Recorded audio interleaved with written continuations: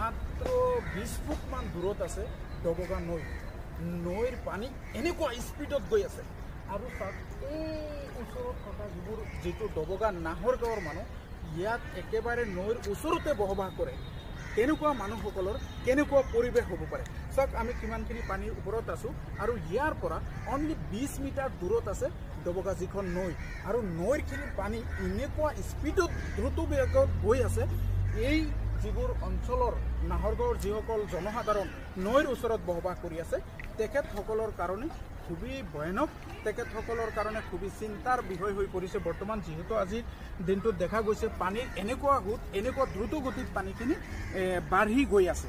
গতিকে তেখেতসকলে প্ৰত্যেকেই টালি টোপোলা বান্ধি এতিয়া ওখ স্থান বিচাৰি আছে, যাতে এটা নিৰাপদ স্থানত ওখ স্থানত যাব পাৰে। তাৰ কাৰণে তেখেতসকলে প্ৰত্যেকেই চেষ্টা কৰি আছে। এই মই দেখুৱাইছোঁ আপোনালোকক নৈটো কিমানখিনি দূৰত আছে। একেবাৰে ওচৰত আমাৰ পিছফালে যদি আপোনালোকে প্ৰতিলক্ষিত কৰে তেতিয়াহ'লে দেখা পাব মাত্ৰ 20 মিটাৰ দূৰত আছে নৈখন, আৰু 20 মিটাৰ দূৰতেই বসবাস কৰি আছে শ শ লোক। আৰু এই লোকসকলৰ এতিয়া এটা চিন্তাৰ কথা হৈ পৰিছে, ভাবিবলগীয়া বিষয় হৈ পৰিছে। কাৰণ পানীৰ যিটো দ্ৰুত গতিত বাঢ়ি আছে, এই ইয়াত য'ত আমি আছোঁ, য'ত এইসকল মানুহ আছে চাব পাৰে আপোনালোকে পানীৰ কিমানখিনি আছে। ইয়াত কিন্তু আগতে পানী নাছিল, একেবাৰে শুকান আছিল। শুকান ঠাইত এটা ৰাতিৰ ভিতৰতে কিন্তু পানী একেবাৰে ওপৰত উঠি আহিছে।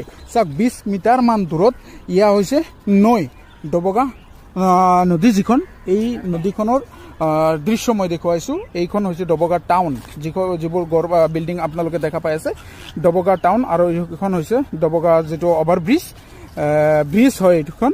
আৰু পানীৰ স্পীড এনেকুৱা দ্ৰুত গতিত পানীখিনি গৈ আছে, আৰু এইফালে পানী সোমাই আছে আপোনালোকে চাব পাৰে। গতিকে ডবগা পুৰণা ব্ৰিজ হয় এইখন।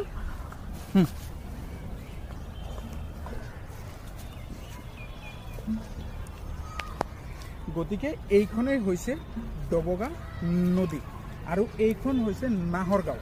ডবগা নৈৰ একেবাৰে কাষতে লাগি থকা এই নাহৰ গাঁৱৰ যিসকল ৰাইজ আছে, নদীৰ পৰা অনলি 20-25 মিটাৰ দূৰত তেখেতসকলে বসবাস কৰি আছে, আৰু নৈৰ পানীখিনি একেবাৰে ফেনে উপঙা দি বাঢ়ি গৈ আছে। গতিকে তেখেতসকলে ইয়াত প্ৰত্যেকজন মানুহে অৱশ্য ঘৰৰ ভিতৰতে একেবাৰে পানী সোমাই গৈছে, ঘৰৰ ভিতৰত পানী সোমাই গৈছে। আৰু যিকোনো সময়ত কিন্তু এই ঘৰবোৰত পানী আৰু বেছিকৈ বাঢ়ি যাব পাৰে, পানী ঘৰৰ ভিতৰত অভাৰ হৈ যাব পাৰে। তাৰ কাৰণে প্ৰত্যেকেই কিন্তু ওখ স্থান বিচাৰি তেখেতসকলে নিজৰ ওখ স্থানত যাবৰ কাৰণে প্ৰত্যেকেই টালি টোপোলা বান্ধি ৰেডি হৈ আছে। আৰু এই পানীখিনিতো ইয়াত ৰৈ থকা নাই, পানীখিনি আগলৈ আৰু গৈ আছে।